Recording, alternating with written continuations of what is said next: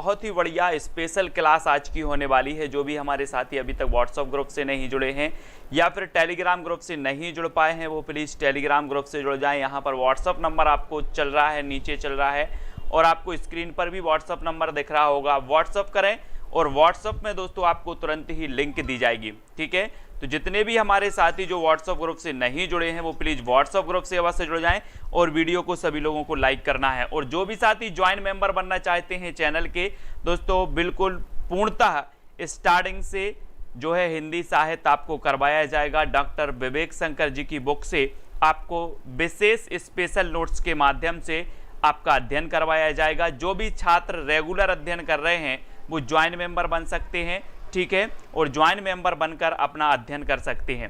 ठीक है, तो स्टार्ट करेंगे आज का ये वीडियो। दोस्तों हमारे साथी जितने भी नेट एग्जाम की तैयारी कर रहे हैं, टेट एग्जाम की तैयारी कर रहे हैं, पीजीटी एग्जाम की तैयारी कर रहे हैं दोस्तों, बहुत ही ये ज्वाइन मेंबर का ही आज मैं टेस्ट लेकर के आया हूं। दोस्तों ये ज्वाइन मेंबर का टेस्ट है। इससे पहले मैंने ज्वाइन मेंबर वाले सभी साथियों का इसका विस्तृत पढ़ाया था, है ना, और उसके बाद ये इस प्रकार से टेस्ट होता है। ठीक है, तो ये ज्वाइन मेंबर के लिए टेस्ट है। तो सभी साथियों से मैं यही बोलूंगा कि जो रेगुलर अध्ययन कर रहे हैं, जो कुछ दिन के लिए आए हैं उनसे नहीं बोलूंगा, जो रेगुलर अध्ययन कर रहे हैं वो ज्वाइन मेंबर बन के कर सकते हैं। ठीक है, तो आज का जो अपना पहला प्रश्न है कि भक्तमाल के रचनाकार कौन है। दोस्तों अब भक्तमाल के रचनाकार आपको बताना है। बहुत ही सुंदर निचोड़ नोट्स के माध्यम से बिल्कुल शुरुआत से हम करेंगे। दोस्तों जब हम हिंदी साहित्य पढ़ते हैं तो हिंदी साहित्य में एक चीज तो सबसे पहले आती है कि हम देख लेते हैं कि सर हिंदी के साहित्य के ऐतिहासिक ग्रंथ हम पढ़ लेते हैं, लेकिन जो ऐतिहासिक जो ग्रंथ लिखे गए हैं इन ग्रंथ को लिखने में कौन से अन्य ग्रंथों की जो मदद ली गई है उन ग्रंथों को भी आपको पढ़ना होगा, उन ग्रंथों को भी पूछा जाता है। अब इन ग्रंथों को दोस्तों हम क्रमबद्ध भी पढ़ेंगे, ट्रिक से भी पढ़ेंगे, बहुत सारी ऐसी चीजें होंगी जो आपको याद करवाएंगी, आपके अध्ययन को बहुत अच्छा बनाएंगी। ठीक है, तो आपने बताया है कि सर जो भक्तमाल है ये भक्तमाल के जो रचनाकार हैं वो नाभादास हैं और सभी को पता है दोस्तों भक्तमाल रचना कई बार पूछी गई और नाभादास इसके रचनाकार माने जाते हैं। ठीक है, बिल्कुल सही है, नाभादास। ठीक है, हम कैसे याद रखेंगे? भक्त का माल, भक्तों का माल कहां रखा है? नभ में रखा है। भक्तों का माल नभ में रखा है। इस प्रकार से नाभादास की ये कृति सभी लोगों को याद है लगभग। ठीक है, चलिए तो अब भक्तमाल का रचना काल क्या है। दोस्तों यहां पर हम रचना काल भी पढ़ेंगे, ट्रिक से भी आपको बताएंगे, सारी चीजें यहां पर होने वाली हैं। ठीक है, तो भक्तमाल का हमें रचना काल अब बताना है। 1585 है, 1596, 1658 है या फिर 1542 है, यानी कि 4 विकल्प हैं। भक्तमाल का अभी हमने देखा कि भक्तमाल की रचना किसने की है। भक्तमाल की जो रचना की है वो की है नाभादास ने। आपने बिल्कुल सही पढ़ लिया है। ठीक है दोस्तों, भक्तमाल का रचना काल क्या माना गया? अगर इस प्रकार से प्रश्न पूछा जाता है कि भक्तमाल का रचना काल क्या है तो रोमा कुशवाहा जी जो कि ज्वाइन मेंबर हैं और इन्होंने पढ़ा हुआ है, नोट्स भी इन्होंने बनाए हैं, बहुत बढ़िया आंसर आपका आया है कि सर 1585 इसका रचना काल माना जाता है। लेकिन दोस्तों इसमें बहुत सारे डाउट बहुत सारे लोगों को हैं, उसके बारे में भी हम अध्ययन करने वाले हैं। फिलहाल आपको उत्तर लगाना है 1585। ठीक है, 1585 आपने लगा लिया होगा। ठीक है, अब इसके बाद हम क्या पढ़ेंगे? अब यहां पर आपको देखना है बहुत ही बढ़िया तरीके से। यहां पर देखा आपने कि सर भक्तमाल के जो रचनाकार हैं वो कौन है? नाभादास हैं। ये आपने बिल्कुल सही बताया, नाभादास जी भक्तमाल के रचनाकार माने जाते हैं। ठीक है, अब भक्तमाल की रचना मानी जाती है तो 1585 ईस्वी। अगर इस प्रकार से क्वेश्चन आता है कि भक्तमाल की जो रचना है ये कब हुई तो आप बेशक 1585 ईस्वी लगा देना। अगर आपसे पूछा जाता है कि डॉक्टर नगेंद्र ने भक्तमाल की रचना जो मानी है वो कब मानी है तो इन्होंने 1596 ईस्वी मानी है। किसने मानी है? डॉक्टर नगेंद्र साहब ने मानी है। ठीक है, अगर पूछा जाए कि डॉक्टर रामकुमार वर्मा इसका रचना काल क्या मानते हैं तो इसका रचना काल मानते हैं, क्या मानते हैं? इसका रचना काल संवत 1642 मानते हैं। ठीक है, इसको याद करना। फिर साहित्य कोश भाग 2 में इसका रचना काल जो माना गया है 1592 माना गया है। कितना माना गया है? 1592 माना गया है। इसको सभी लोग याद रखेंगे। ठीक है, तो ये नोट्स जो हैं ये ज्वाइन मेंबर के नोट्स हैं। इससे पहले ज्वाइन मेंबर को मैंने ये टॉपिक पढ़ाया था। पुस्तक से पढ़ाया था, और पुस्तक के बाद उनका जो टेस्ट होगा वो नोट्स के आधार पर होगा, उनसे पूछा जाएगा, और निचोड़ नोट्स आपको ज्वाइंट मेंबर व्हाट्सएप ग्रुप में इसकी पीडीएफ आदि नोट्स भी मिलते जाएंगे। ठीक है, तो भक्तमाल के रचनाकार हमने पढ़ दिया नाभा दास हैं। भक्तमाल की रचना 1585 में हुई। डॉक्टर नगेंद्र भक्तमाल की रचना 1596 मानते हैं। ठीक है, रामकुमार वर्मा इसका रचनाकाल संवत 1642 मानते हैं। साहित्य कोश भाग 2 में इसका रचनाकाल 1592 है। ठीक है, 1592। इतनी चीजें आप लोगों को याद करना है। ठीक है, अब दोस्तों बढ़ते हैं अगले। महावीर सिंह गहलोत, महावीर सिंह गहलोत भक्तमाल का रचनाकाल मानते हैं 1658। ये भी आपको याद रख लेना है। महावीर सिंह गहलोत क्या मानते हैं? 1658 मानते हैं। ठीक है, भक्त काल में 200 भक्तों, भक्तमाल जो रचना है इसमें 200 भक्तों के चमत्कारपूर्ण चरित्र 356 में रचित हैं। अब यहां से आपका क्वेश्चन बनेगा कि भक्तमाल में कितने भक्तों का चरित्र जो है रचित है, तो आप बता देना 200 भक्तों का चरित्र रचित है, कितने छप्पे में रचित है, तो आप बता देना कि सर ये 316 छप्पे में रचित है। ठीक है, इतनी चीजें आपको याद रखनी है। भक्तों कवियों के विषय में जानकारी देने वाली हिंदी की यह प्रथम पुस्तक मानी जाती है। भक्त कवियों के विषय में जानकारी देने वाली प्रथम पुस्तक कौन सी है, तो आप बता देना भक्तमाल। ठीक है, नाभा दास ने तुलसी के प्रति श्रद्धा भाव व्यक्त करते हुए उन्होंने अपने ग्रंथ का सुमेरु कहा है। किसके प्रति? तुलसी के प्रति श्रद्धा भाव व्यक्त करते हुए उन्होंने अपने ग्रंथ का सुमेरु किसे कहा है, तो तुलसी को कहा है। ये चीज भी आपको याद रखनी है। तो ये बहुत ही महत्वपूर्ण चीजें हैं दोस्तों, काय के बारे में, भक्तमाल के बारे में। अब कोई भी एग्जाम हो, चाहे नेट एग्जाम हो, चाहे टेट एग्जाम हो, पीजीटी एग्जाम हो, कोई भी एग्जाम हो, भक्तमाल में इसके बाहर कोई प्रश्न नहीं आएगा, इसके बाहर कोई प्रश्न नहीं आएगा। इसलिए आप भक्तमाल का इतना ध्यान आपको याद रखना है। ठीक है, इतनी चीजें आपको याद हो गई। फिर आपसे पूछा जाता है कि 84 वैष्णव की वार्ता के रचनाकार कौन हैं? 84 वैष्णव की वार्ता के रचनाकार हमें बताना है। दोस्तों ये वे ऐतिहासिक स्रोत माने जाते हैं जिनके आधार पर हिंदी साहित्य का इतिहास लिखा, चाहे वो रामचंद्र शुक्ल जी ने लिखा, चाहे आपके मिश्र बंधुओं ने लिखा, चाहे हजारी प्रसाद द्विवेदी, रामकुमार वर्मा, जितने भी जे साहित्यकार हैं, इन्होंने इन्हीं रचनाओं को आधार बनाकर ऐतिहासिक ग्रंथ लिखे हैं, हिंदी साहित्य का इतिहास लिखा है। तो इनको बहुत अच्छे से पढ़ना है, पूरा वीडियो जरूर देखना है। ये इस बारे में पूरा क्रमबद्ध भी आपको बताया है। मतलब हिंदी साहित्य के स्रोत से कहीं भी पूछा जाएगा तो इस वीडियो के बाहर कोई क्वेश्चन नहीं पूछा जाएगा, ये भी आपको याद रखना है। अंजना सिंह जी 84 वैष्णव की वार्ता के जो रचनाकार माने जाते हैं वो कौन माने जाते हैं? तब आपने बिल्कुल सही बताया कि सर गोकुलनाथ माने जाते हैं।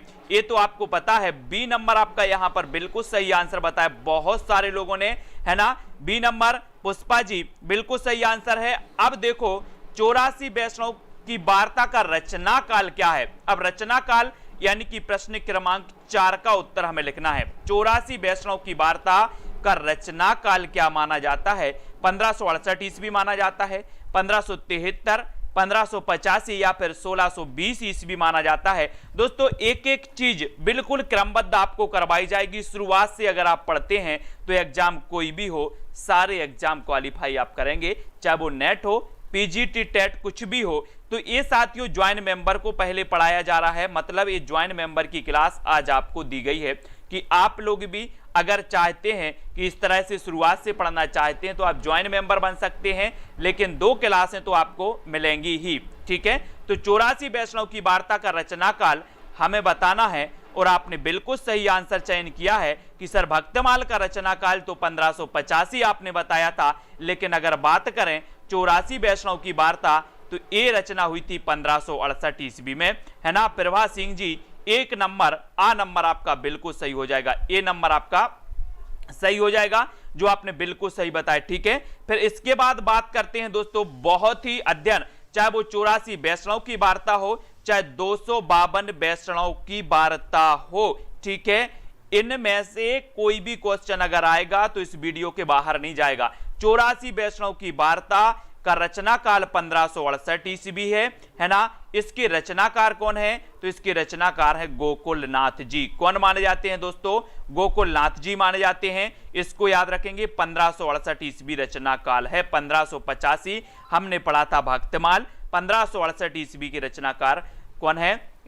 जो 1568 है 84 वैष्णव की वार्ता का काल माना जाता है। ठीक है, ये चीज आपको याद हो गई। 252 वैष्णव की वार्ता, ये 1585 ईस्वी के रचनाकार भी गोकुलनाथ हैं। 1585 नहीं, सॉरी 1568। तो अब आपको याद रख लेना है कि 252 की वैष्णव की वार्ता हो या फिर 84 वैष्णव की वार्ता हो, इन दोनों का रचना काल कितना है? 1568 ईस्वी है। ये आपको याद रखना है। तो 1568 ईस्वी में ये रचनाएं हुई और उसके बाद जो रचना हुई वो भक्तमाल की 1585 में हुई। ठीक है, ये तो आपको याद हो गया। 84 वैष्णव की वार्ता में वल्लभाचार्य के 84 शिष्यों का वर्णन किया गया। किसके? वल्लभाचार्य के। ठीक है, 84 वैष्णव की वार्ता में और 252 वैष्णव की वार्ता में विट्ठलनाथ के 252 शिष्यों की कथाओं का संकलन किया गया है। अब आपसे पूछा जाएगा निम्न में से बताइए 84 वैष्णव की वार्ता में किसके शिष्यों का वर्णन किया गया है, किसके शिष्यों का चरित्र चित्रण किया गया है? तो आप बता देना कि सर वल्लभाचार्य के 84 शिष्यों का वर्णन 84 वैष्णव की वार्ता में किया गया, लेकिन 252 वैष्णव की वार्ता में विट्ठलनाथ के 252 शिष्यों की कथाओं का संकलन इसमें किया गया है। ठीक है, यह भी आपको याद रख लेना है। विभिन्न कवियों के बारे में ब्रज भाषा गद्य में पहली बार सूचना प्राप्त होती है तो कहां पर, किससे होती है दोस्तों? वो होती है, कैसे होती है?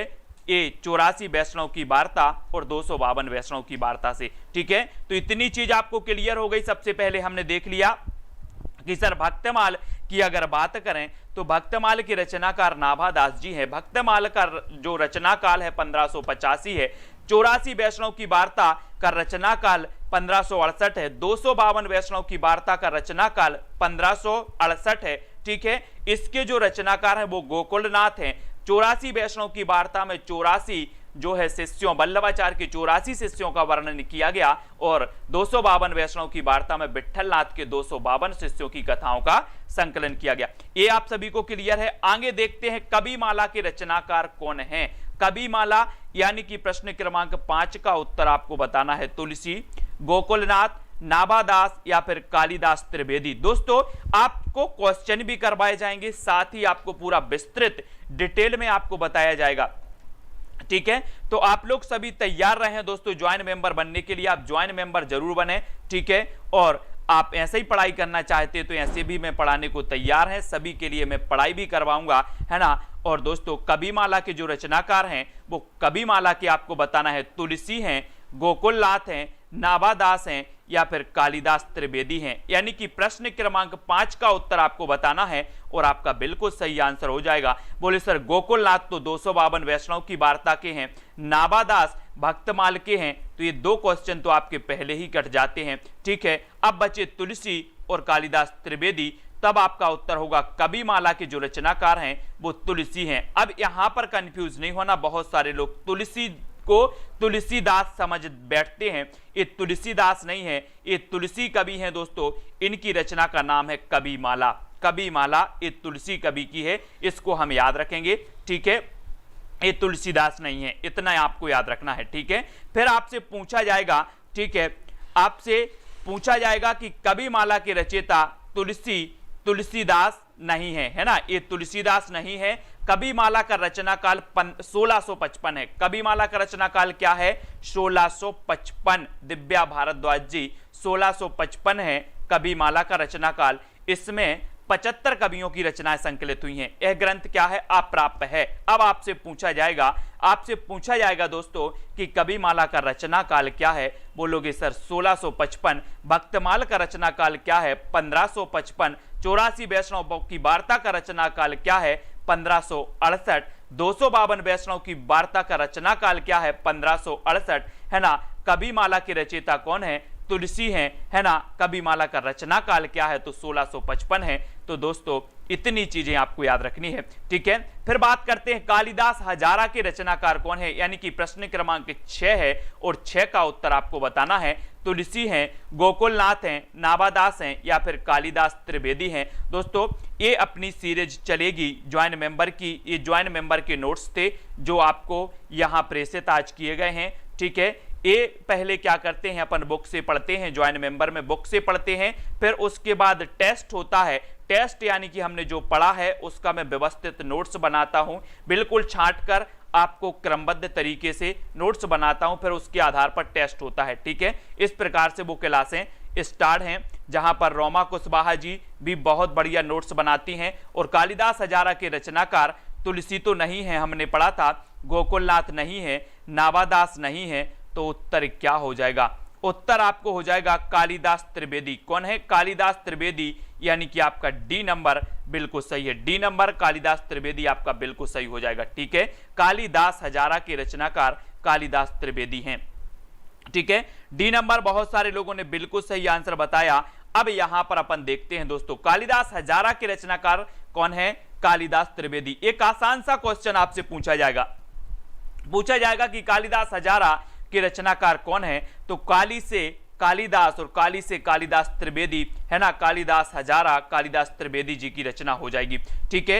ये भी आपको याद रखना है। इसका रचनाकाल क्या है, इसका रचनाकाल क्या है दोस्तों, 1718 ईस्वी। 1718 ईस्वी कालिदास हजारा का जो रचनाकाल है वो 1718 ईस्वी है, ये आपको याद रखना है। कालिदास हजारा का 1718 है। बाद में पूरा मैं क्रमबद्ध भी आपको ट्रिक से बता दूंगा, ये रचनाएं क्रमबद्ध आपको ट्रिक से भी याद हो जाएंगी, ठीक है। तो 1718 ईस्वी आपको याद रखना है। फिर कालिदास हजारा में 212 कवियों के लगभग 1000 पद्य संग्रहित हैं, इतना आपने पढ़ लिया। शिवसेन सेंगर की शिवसेन सरोज का यह आधार ग्रंथ भी माना जाता है। अगर आपने अभी तक पढ़ा था कि शिवसेन सेंगर जो है इनकी रचना है शिवसेन सरोज, अगर कभी आपसे क्वेश्चन पूछ लिया जाएगा कि शिवसेन सरोज का आधार ग्रंथ कौन सा है, तो आप बता देना कालिदास त्रिवेदी का कालिदास हजारा, जिसकी रचना 1718 ईस्वी में हुई थी और इसमें 212 कवियों के लगभग 1000 पद्य संग्रहित हैं। ये तो आपको क्लियर है, ठीक है। अब दोस्तों शुक्ल जी ने कहा कि कवियों के काल आदि के निर्णय में यह ग्रंथ बड़ा ही उपयोगी है। किसने कहा, रामचंद्र शुक्ल जी ने कहा है कि कवियों के काल आदि के निर्णय में जो कालिदास हजारा है ये बहुत ही उपयोगी ग्रंथ माना जाता है, ठीक है। ये भी याद रखना है। फिर यहां से आपको कालिदास त्रिवेदी की प्रसिद्धि का एक अन्य आधार बधु विनोद है।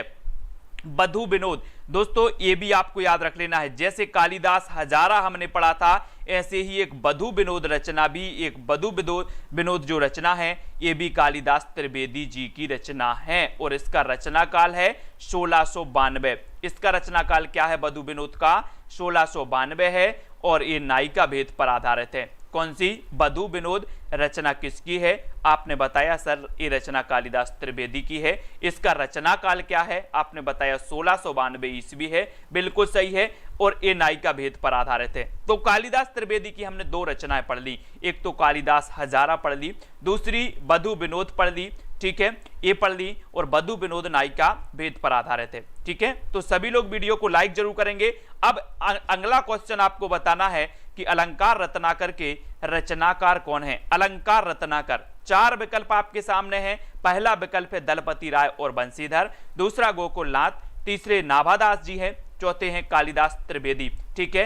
अब आपको अलंकार रत्नाकर के रचनाकार हमें कमेंट में लिखना है। दोस्तों ये वो रचनाएं हैं, ये वो स्रोत हैं जो हिंदी साहित्य के इतिहास लेखन में महत्वपूर्ण भूमिका इन्होंने अदा की है। चाहे रामचंद्र शुक्ल ने अपना इतिहास ग्रंथ लिखा हो, चाहे किसी भी इतिहास ग्रंथ लिखा गया हो, इन्हीं रचनाओं को आधार बनाया गया और इतिहास ग्रंथ लिखे गए हैं और ये हमेशा एग्जाम में जरूर पूछी जाती हैं, ठीक है। तो अलंकार रत्नाकर के जो रचनाकार हैं वो कौन है, तो आपका बिल्कुल सही आंसर होगा कि सर अलंकार रत्नाकर के जो रचनाकार हैं वो दलपति राय हैं और बंशीधर हैं। दलपति राय और बंशीधर, यानी कि आपका जो एक नंबर बताया है राजेश कुमार जी, दलपति राय और बंशीधर की रचना मानी जाती है अलंकार रत्नाकर, ठीक है। तो आ नंबर आपका बिल्कुल सही हो जाएगा, ए नंबर आपका सही होगा यहां पर, ठीक है। यसरत्ती जी ए नंबर सही हो जाएगा। अलंकार रत्नाकर के रचनाकार यहां पर हमने देखा कि दलपति राय और बंशीधर हैं, ये आपको याद हो गया, ठीक है। इसका रचना काल क्या है, तो 1735 अलंकार रत्नाकर का रचना काल माना जाता है, 1735, ठीक है। बेसापाल जी 1735 इसका रचना काल है। आशु गोंडवाल, कवियों की नामावली की दृष्टि से यह उपयोगी ग्रंथ है, कवियों की नामावली की दृष्टि से ये जो है अलंकार रत्नाकर ये बहुत ही उपयोगी ग्रंथ माना जाता है, ठीक है। इसमें 44 कवियों के नाम हैं। कितने कवियों का उल्लेख इसमें मिलता है, 44 कवियों का उल्लेख मिलता है। और यह महाराजा जसवंत सिंह के भाषा भूषण की टीका के रूप में अलंकारों के स्वरूप निरूपण हेतु रचा गया। एक रचना आपने पढ़ी होगी भाषा भूषण, भाषा भूषण एक रचना है और वो किसकी है, जसवंत सिंह की है, जसवंत सिंह की है। और ये जसवंत सिंह की भाषा भूषण की टीका के रूप में जो है निरूपण ये रचा गया ग्रंथ माना जाता है अलंकार रत्नाकर, जिसके की जो रचयिता हैं दलपति राय और बंशीधर हैं। ये आपको याद रख लेना है, ठीक है। मेरा व्हाट्सएप नंबर नीचे चल रहा है और जिसको नहीं पता है तो वो 9098609291 ये व्हाट्सएप नंबर है साथियों। आप व्हाट्सएप नंबर से अगर कोई जानकारी चाहते हैं तो बिल्कुल पूछ सकते हैं, ठीक है। फिर अगला क्वेश्चन है आपका, सार संग्रह के रचनाकार कौन है, यानी कि प्रश्न क्रमांक 8 का उत्तर आपको बताना है। सार संग्रह के रचनाकार कौन माने जाते हैं, प्रवीण कवि, गोकुलनाथ माने जाते हैं, नाबादास या फिर कालिदास त्रिवेदी। यानी कि 4 विकल्प हमारे सामने मौजूद हैं फतेह सिंह जी।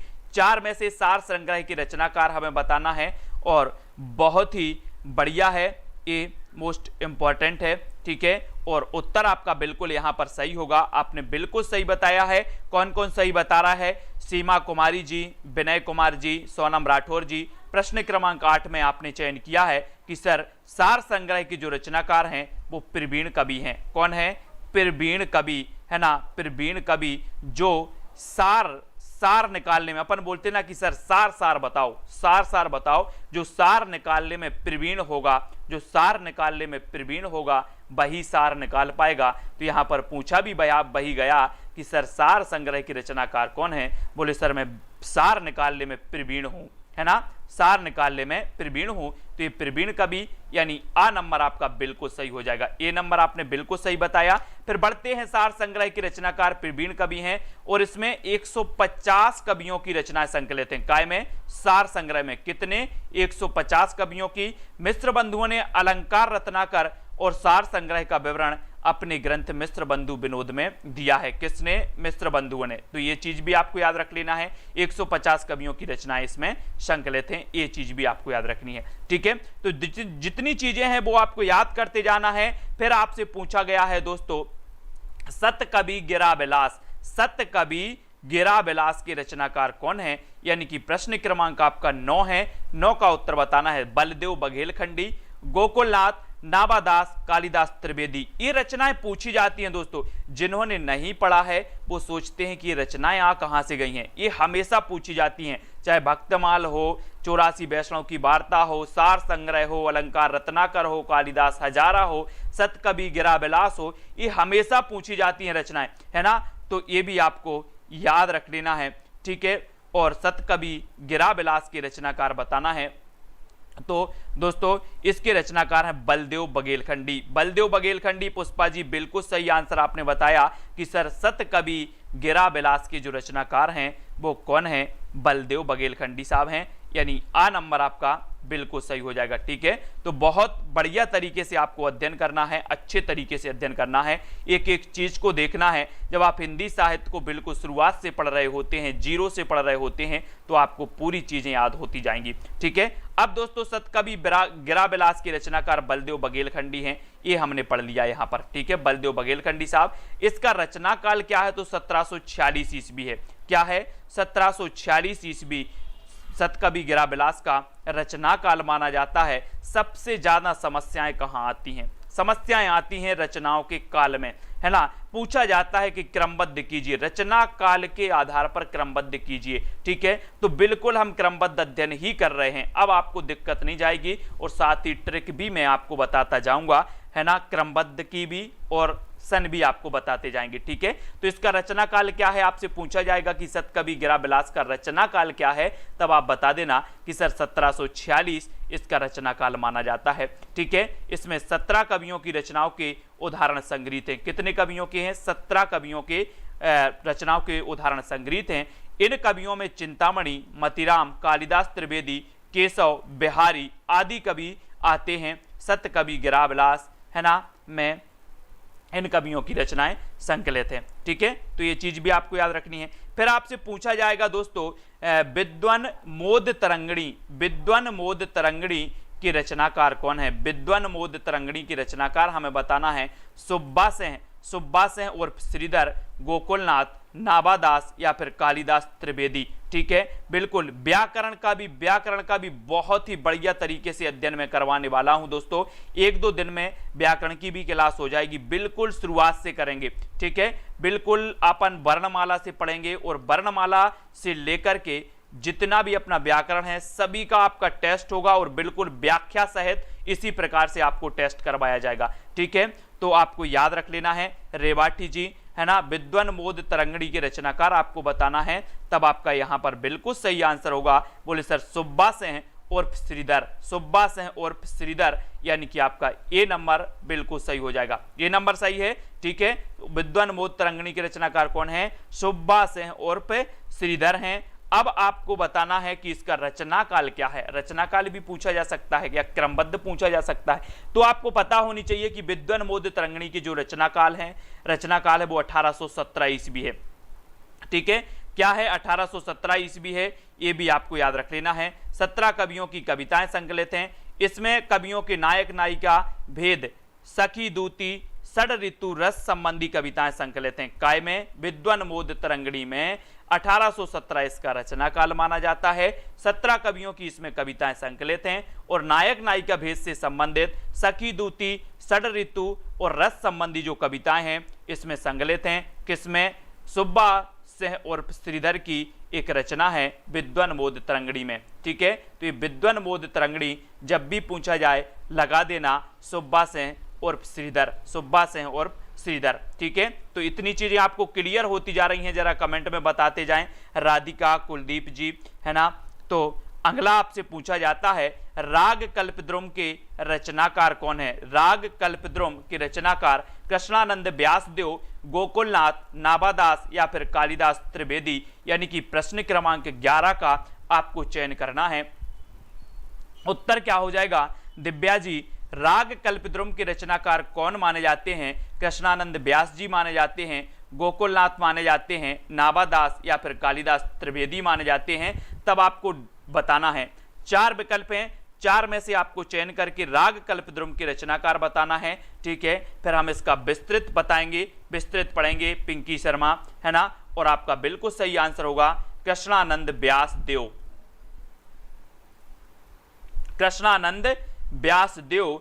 और बोले सर कृष्ण से तो हम राग करते थे, गोपियां भी राग करती थी, है ना, तो यहाँ पर राग ही तो पूछा गया है। बोले सर यहाँ पर राग पूछा गया और राग तो हम कृष्ण से करते थे, तो कृष्णानंद व्यासदेव, कृष्णानंद व्यासदेव की ये रचना है, यानी कि आ नंबर आपका बिल्कुल सही हो जाएगा, ए नंबर आपका बिल्कुल सही हो जाएगा। ठीक है, ए जिन्होंने भी बताया है वीरेंद्र जी, वो बिल्कुल सही आंसर है। ठीक है, फिर यहां पर राग कल्पद्रुम के बारे में थोड़ा सा हम जान लेते हैं कि राग कल्पद्रुम की रचनाकार कृष्णानंद व्यासदेव जी हैं, इतना आपको याद रख लेना है। इसका रचनाकाल माना जाता है 1843 ईस्वी। क्या माना जाता है इसका रचनाकाल। अगर आपसे पूछा जाए कि राग कल्पद्रुम का रचनाकाल क्या है, तो आप बता देना 1843 है ना। कृष्णानंद व्यासदेव की ये रचना है। रचना की आप चिंता नहीं करना, अभी रचना काल भी आपको याद हो जाएगा ट्रिक से, बाद में पूरा क्रमबद्ध भी पूरी रचनाएं याद हो जाएंगी ये, है ना, सारी की सारी। बाद में एक बहुत ही अच्छी फनी ट्रिक मैंने रखी है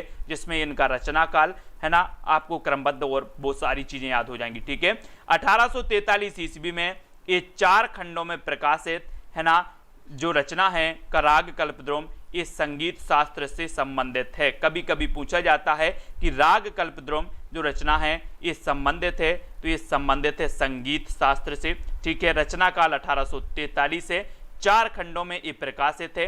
ठीक है, ये भी आपको याद रख लेना है। और कृष्णानंद व्यासदेव की ये रचना है, ठीक है। राग सागर से विभूषित कृष्णानंद के संग्रह को राग सागरोदय, राग कल्पद्रुम भी कहा जाता है, ठीक है, ये भी आपको याद रख लेना है। और शिवसेन सेंगर के अनुसार इसमें 200 महात्माओं के पद संकलित हैं, 200 महात्माओं के पद संकलित हैं। तो इतनी चीजें आपको याद रखनी है, ठीक है। राग कल्पद्रुम के बारे में तो फटाक से आपको बताना है कि स्पीड ज्यादा तो नहीं है या स्पीड कम तो नहीं है, आप लोग बताते जाना, क्योंकि कुछ लोग चाहते हैं कि सर जल्दी जल्दी पढ़ाओ, कुछ लोग चाहते हैं सर आराम से पढ़ाओ। लेकिन अपनी जो क्लास होगी बिल्कुल आराम से होगी, आप लोगों को एक एक चीज क्लियर होती जाए, यही बहुत अच्छा है।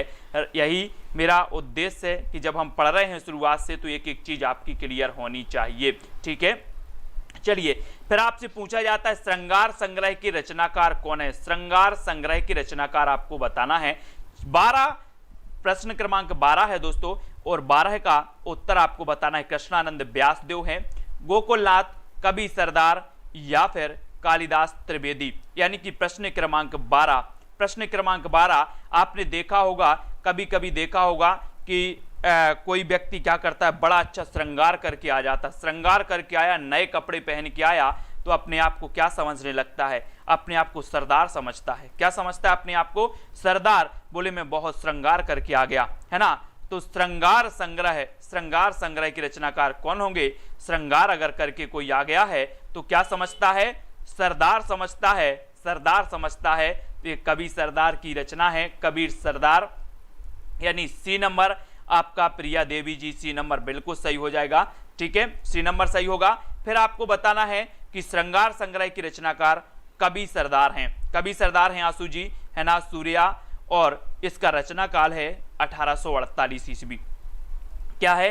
1848 ईस्वी है। इसमें श्रृंगारक कवियों को स्थान मिला है और कवि सरदार काशी नरेश ईश्वरी प्रसाद नारायण सिंह के राज्याश्रित कवि थे। अब आपसे कभी पूछा जाए कि कवि सरदार किसके राज्याश्रित कवि थे, तो ईश्वरी प्रसाद नारायण सिंह के राज्याश्रित कवि थे। 1848 इस श्रृंगार संग्रह का रचना काल माना जाता है, कवि सरदार इसके रचनाकार माने जाते हैं, श्रृंगारक कवियों को इसमें स्थान मिला है।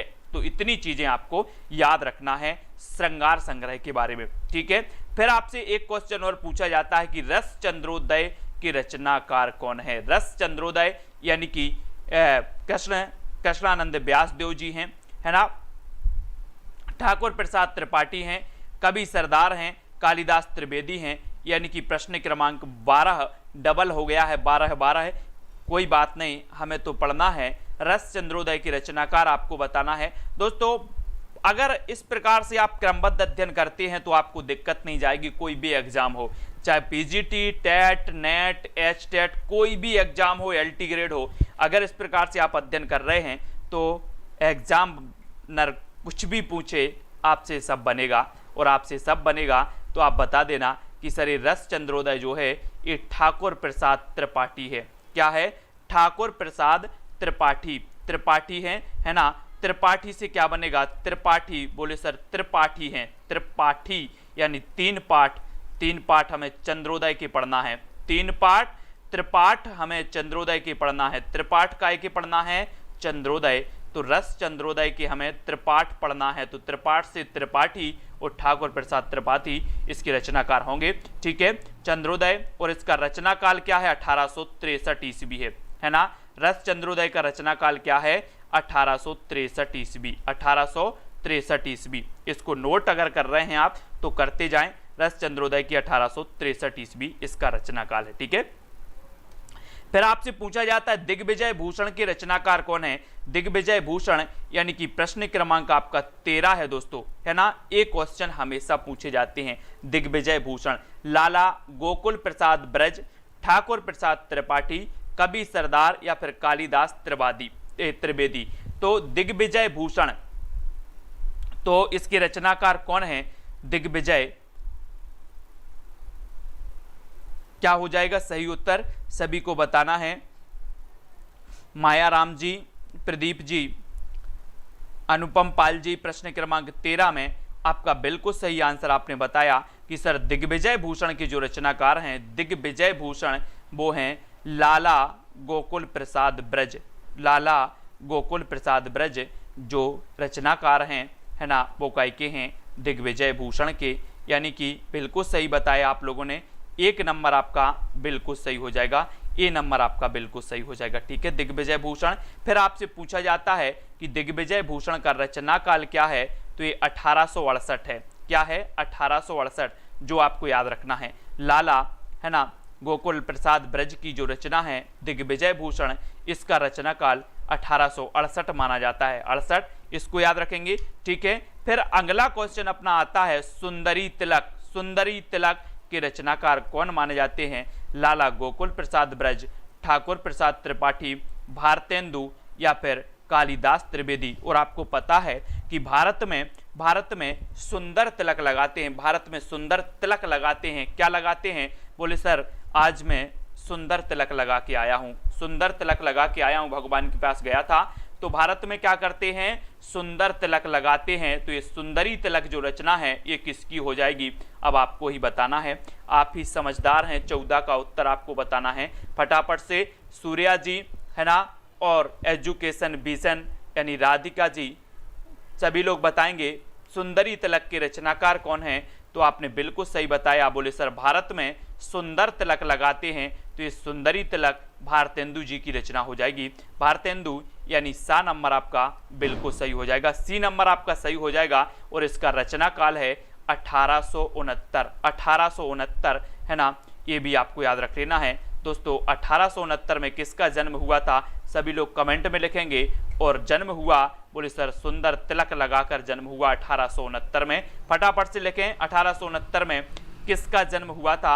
एक महान आत्मा है, सुंदरी तिलक के रचनाकार भारतेंदु जी हैं। ये तो हमने पढ़ लिया, ठीक है। और इसका रचना काल क्या है ये हमने पढ़ा कि 1869 है, ठीक है। हिंदी हैं हम, वतन है हिंदुस्तान हमारा। बताओ जल्दी से कि 1869 जब इसका रचना काल आता है तो हम देखते हैं कि यहाँ पर इतिहास में कि यहाँ पर एक महात्मा का जन्म होता है जो पूरा इतिहास ही पलट देता है दोस्तों। जल्दी से बताओ। और अगला है कवित्र रत्नाकर के रचनाकार कौन है? अब यहाँ पर आपको कंफ्यूज नहीं होना है, ऑप्शन आपको बताना है, ऑप्शन बताना है। वेरी गुड, राम व्यास जी, गांधी जी का जन्म हुआ और सुंदर तिलक लगा के बोले सर जन्म हुआ था इनका, है ना। और कवित्र रत्नाकर की रचनाकार आपको बताना है लाला गोकुल प्रसाद ब्रज, माता दीन, भारतेंदु, है ना, भारतेंदु, तेंदु, यहाँ देंदु लिख गया, देंदु, तेंदु हैं, है ना, भारतेंदु जी, और कालिदास त्रिवेदी। चलिए, तो आपको बताना है कवित्र रत्नाकर। अब यहाँ पर आपको पता होगा एक रचना आपने पढ़ी होगी कवित्र रत्नाकर, सेनापति की, सेनापति की पढ़ी है ना, सेनापति की रचना पढ़ी है कवित्र रत्नाकर, बिल्कुल बेशक वो भी आपको याद रख लेना है। सेनापति की एक रचना कवित्र रत्नाकर है और एक रचना कवित्र रत्नाकर ये भी किसकी है? बोले सर एक पॉइंट आता है कि हमारी जो माता है, माता, है ना, या फिर भारत माता बोलो, भारत माता, भारत माता हमारी रत्न है और भारत माता की रक्षा करने वाली सेना भी हमारी क्या है? रत्न है। तो माता से बनेगा रत्न, रत्न कौन है? माता, तो माता दीन बनेंगे और रत्न कौन है? सेना, तो सेनापति बनेंगे, है ना। कैसे करेंगे, कैसे अपन ने याद किया? बोले सर यहाँ पर आया रत्नाकर और रत्न हमारी क्या है? माता भी हमारी रत्न है और माता की रक्षा करने वाली जो सेना है ये सेना भी हमारी रत्न है। तो माता से माता दीन कवित्र रत्नाकर की रचनाकार हैं और सेना से सेनापति की रचना भी कवित्र रत्नाकर है। इनको हम याद रखेंगे, बहुत ही बढ़िया है, ठीक है। तो यहाँ पर आपका उत्तर माता दीन यानी बी नंबर आपका बिल्कुल सही हो जाएगा, ठीक है, बी नंबर सही हो जाएगा। और ये जो कवित्र रत्नाकर है जो माता दीन की है दोस्तों, इसका रचनाकाल 1876 ईस्वी माना जाता है, 1876 ईस्वी, ये भी आपको याद रख लेना, 1876 ईस्वी कवित्र रत्नाकर, माता दीन की कवित्र रत्नाकर 1876 ईस्वी मानी जाती है, ठीक है। फिर अगला देखें भाषा काव्य संग्रह की रचनाकार कौन है? भाषा काव्य संग्रह लाला गोकुल प्रसाद ब्रज हैं, माता दीन हैं, महेश दत्त शुक्ल हैं या फिर कालिदास त्रिवेदी हैं। यानी कि प्रश्न क्रमांक 16 का आपको बताना है दोस्तों। ये जो नोट्स आप देख रहे हैं ये ज्वाइन मेंबर को बिल्कुल ज्वाइन व्हाट्सएप ग्रुप में, है ना, ज्वाइन व्हाट्सएप ग्रुप में ज्वाइन मेंबर को मिलेंगे। और ये ज्वाइन मेंबर के नोट्स हैं, मैं आप लोगों को एक बार बताने वाला लेकर के आया हूं कि इस प्रकार के सबसे पहले विस्तृत पढ़ाया जाता है बुक में से, फिर उसका निचोड़ बनाया जाता है नोट्स, फिर उसका टेस्ट होता है नेक्स्ट क्लास में, है ना। तो ये चल रही है ये सीरीज ज्वाइंट मेंबर की इस प्रकार से चलेगी जो मैंने आपको बता दी है। तो जो भी साथी ज्वाइंट मेंबर बनना चाहते हैं और हिंदी साहित्य को बिल्कुल शुरुआत से क्रमबद्ध तरीके से पढ़ना चाहते हैं वो ज्वाइंट मेंबर जरूर बन जाएं, ठीक है। और भाषा काव्य संग्रह के रचनाकार यहाँ पर हमने पढ़ लिया कि सर भाषा काव्य रचनाकार है महेश दत्त शुक्ल। महेश दत्त शुक्ल हैं यानी सी नंबर बिल्कुल सही बताया आशु जी, सी नंबर आपका महेश दत्त शुक्ल बिल्कुल सही हो जाएगा, ठीक है, सी नंबर। अब दोस्तों इस जो अपनी भाषा काव्य संग्रह है इसका रचनाकाल क्या है, तो ये 1857 है। क्या है? 1857। तो इसको भी आपको याद रख लेना 1857, ठीक है। भाषा काव्य संग्रह की रचनाकार बोले सर 1857 किसकी रचना है ना। और महेश दत्त शुक्ल हैं, सॉरी यहाँ पर माता दीन लग गया है ना, ये माता दीन नहीं है, ये महेश दत्त शुक्ल हैं, ठीक है, 1857 में, ठीक है, इसको याद रखेंगे।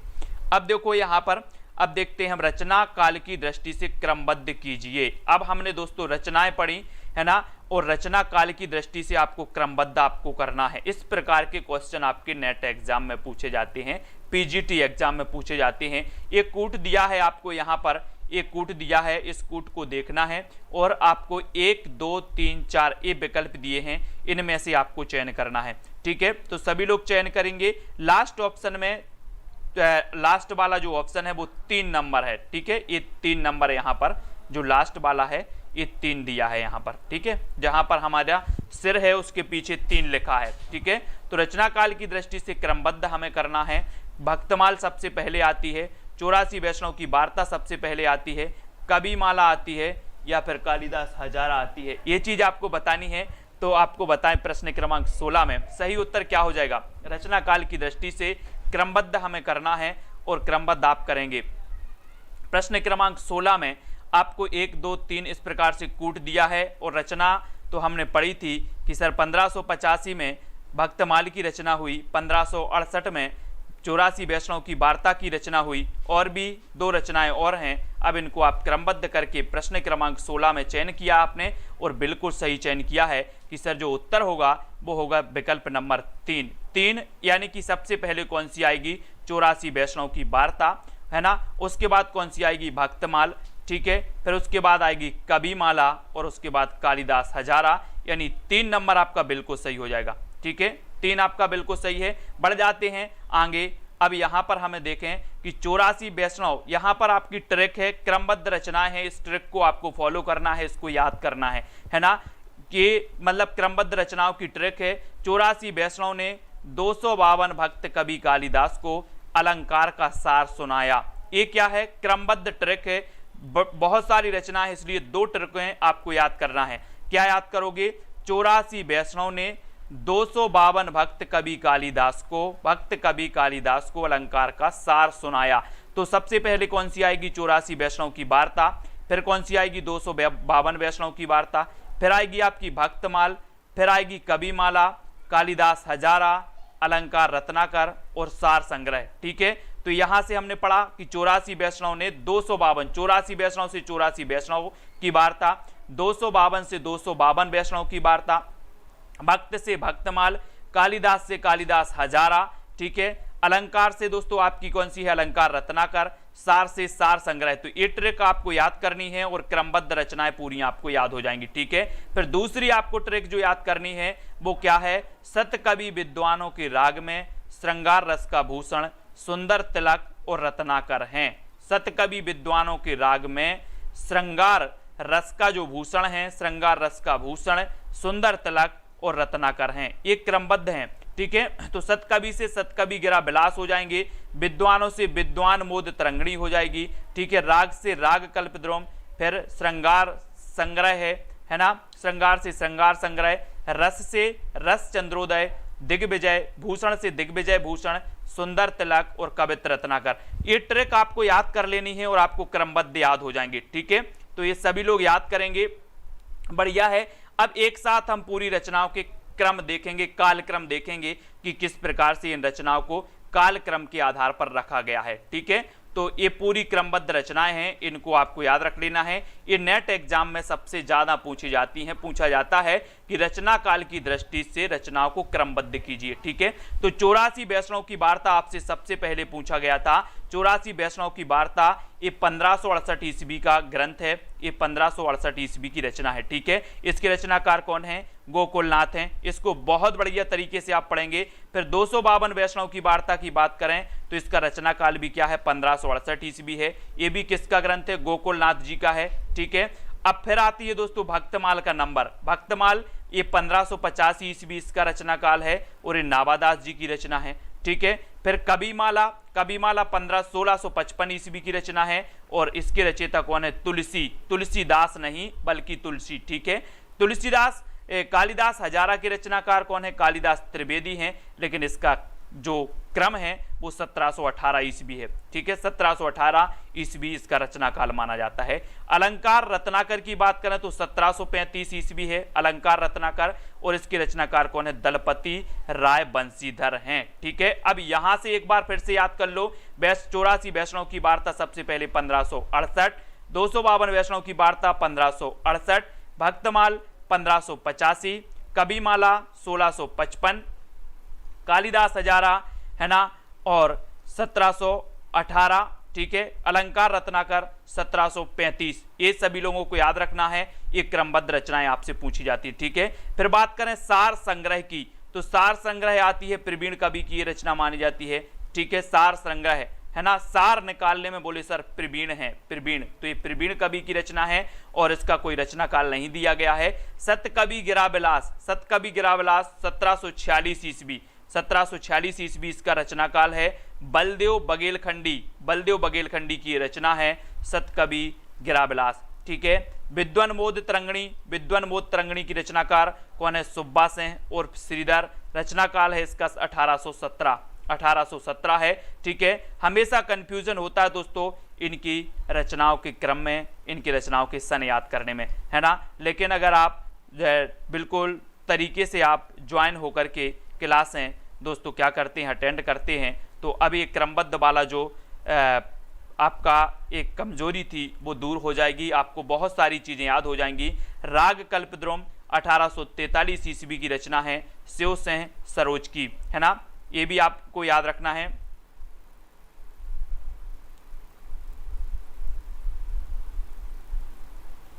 श्रृंगार संग्रह आपको बताना है दोस्तों। यहां पर आपको एक चीज सुधारनी है। क्या सुधारनी है आपको?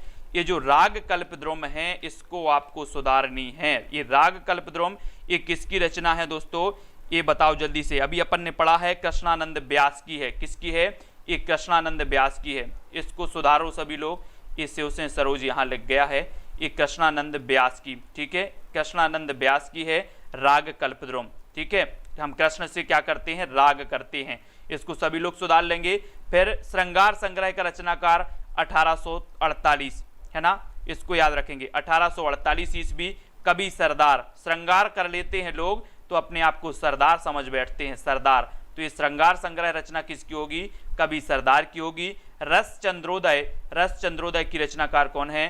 ठाकुर प्रसाद त्रिपाठी और इसका रचना काल है 1863। इसको याद रखेंगे। ठीक है, फिर बात करते हैं दोस्तों दिग्विजय भूषण की। तो दिग्विजय भूषण ये 1868 ईस्वी की रचना है और लाला गोकुल प्रसाद का की रचना मानी जाती है 1868 में दिग्विजय भूषण। ठीक है, दिग्विजय सभी लोग लाइक जरूर कर देना वीडियो को। सुंदरी तिलक ये 1869 ईस्वी की है। सुंदरी तिलक बोले सुंदर तिलक लगाकर आ गए, ये भारतेंदु जी की। ठीक है, कवित्र रत्नाकर 1876 ईस्वी और ये माता दीन मिश्र की रचना है। तो यहाँ पर दोस्तों हमने कवित्र रत्नाकर तक याद कर ली, इतनी सारी रचनाओं को क्रमबद्ध भी याद किया, फिर उसके बाद हमने ट्रिक से भी याद किया और फिर इसके बाद पहले हमने उसका टेस्ट भी दिया, उसके साथ साथ इसका विस्तृत अध्ययन भी दोस्तों हमने कर लिया। ठीक है, तो इसी प्रकार से दोस्तों अपना अध्ययन अब चलने वाला है। ठीक है, बहुत सारे दिन से अपनी लगभग 1 महीने से क्लासें बंद हैं, है ना, और अब क्लासें व्यवस्थित रूप से स्टार्ट हो चुकी हैं। चाहे आप नेट एग्जाम की तैयारी कर रहे हैं, टेट पीजीटी किसी भी एग्जाम की तैयारी कर रहे हैं, सभी के लिए बिल्कुल व्यवस्थित उस शुरुआत से दोस्तों यहाँ पर अध्ययन आपका किया जाएगा। आप सभी लोग बता देना कि सर ये जो क्लास है बहुत अच्छी लगी या आपको कोई समझ में नहीं आया, तो वो भी आप बता सकते हैं कि सर ये चीज़ समझ में नहीं आई है। कहीं आपको कोई डाउट हो तो वो भी लिखें फटाफट से। और जितने भी साथी हैं वो सभी लाइक जरूर करेंगे आज के वीडियो को, क्योंकि आज का जो वीडियो है दोस्तों बहुत ही बढ़िया है और एकदम स्टार्टिंग से है, जो आपको बिल्कुल पूरा समझ में आने वाला है। हिंदी साहित्य तो है ना, सुंदरी तलक के रचनाकार कौन माने जाते हैं, ये आपका आज का चैलेंज प्रश्न है ना। अब जो भी साथी दोस्तों व्हाट्सएप से नहीं जुड़े हैं या फिर दोस्तों आप टेलीग्राम ग्रुप से नहीं जुड़े हैं, उनके लिए मैंने कई बार नंबर दिया है 9098609291। ये आपका व्हाट्सअप नंबर है, इस पर आप क्या करेंगे, मैसेज करेंगे तो आपको क्या मिल जाएगी, टेलीग्राम ग्रुप की लिंक मिल जाएगी। आप टेलीग्राम ग्रुप में जरूर जुड़ें, ठीक है। और ये चैलेंज प्रश्न है, सुंदरी तलक के रचनाकार कौन है, इसका उत्तर सभी लोग बताएंगे। नीतेश कुमारी, कुमकुम जी, पुष्पा प्रजापति और दोस्तों अटर सिंह कुशवाहा जी, है ना, मीना जी, राम जी, ममता जी, कुमकुम जी। और जो भी साथी ज्वाइन मेंबर बनना चाहते हैं वो ज्वाइन मेंबर बन सकते हैं, ठीक है। ज्वाइन मेंबर बनकर आप ज्वाइन व्हाट्सएप ग्रुप में जुड़ सकते हैं और वहाँ पर बहुत सारी जो क्लासें हैं वो भी अटेंड कर सकते हैं, ठीक है। निरंतर आपको क्लासें प्रेषित की जाएंगी। और दोस्तों अपना ये जो वीडियो है 9 बजे होगा, रोज रात्रि 9 बजे, ठीक है। देवांशी जी और कंचन, रोमा जी, रवि जी, सभी को धन्यवाद। सभी लोग वीडियो को लाइक करें। और जो भी साथी ज्वाइन मेंबर बनना चाहते हैं, किसी प्रकार की कोई आपको दिक्कत हो रही हो तो ये नंबर भी आपको दिया है, व्हाट्सएप पर है ना पूछ सकते हैं और वीडियो को लाइक करके शेयर अवश्य करेंगे, ठीक है। इसी प्रकार से आपको पूरा अध्ययन बिल्कुल क्रमबद्ध तरीके से कराया जाएगा, है ना। और वीडियो को लाइक करते रहें। ये दोस्तों ये जो नोट्स थे ये ज्वाइन मेंबर की क्लास के नोट्स थे, यानी कि ये ज्वाइन मेंबर को पढ़ाया जाएगा अब, ठीक है। तो वीडियो को लाइक और शेयर अवश्य करेंगे, व्हाट्सएप ग्रुप से जुड़ेंगे। और दोस्तों बहुत सारे वीडियो मैंने अपलोड किए हैं, वो बहुत सारे पुराने वीडियो जरूर देखेंगे। जिसका 23 को एग्जाम है नेट का वो भी, है ना, जिसको 13 को एग्जाम है वो सभी लोग, है ना। और LT ग्रेड वाले, master card, Punjab master card वाले सभी लोग बिल्कुल इसी प्रकार से इसी सीरीज से जुड़े रहें। अच्छा लगेगा, मज़ा आएगा, बहुत सारी चीज़ें याद भी होंगी, ठीक है। और बहुत सारे वीडियो तो मैंने ट्रिक से आपको दिया है दोस्तों। एक तो पूरा 25 घंटे का वीडियो मैंने आपको दिए है, 25 घंटे का वीडियो, 10 घंटे का वीडियो। ये सारे वीडियो अगर आप एक बार देख लेते हैं तो आपको आधा हिंदी साहित्य तो वैसे ही याद हो जाता है, ठीक है। तो आज का वीडियो आप सभी लोग जितने लोग भी देख रहे हैं लाइक जरूर करें, ठीक है। वीडियो को शेयर भी करें। और आज के लिए बस इतना ही। जय हिंद।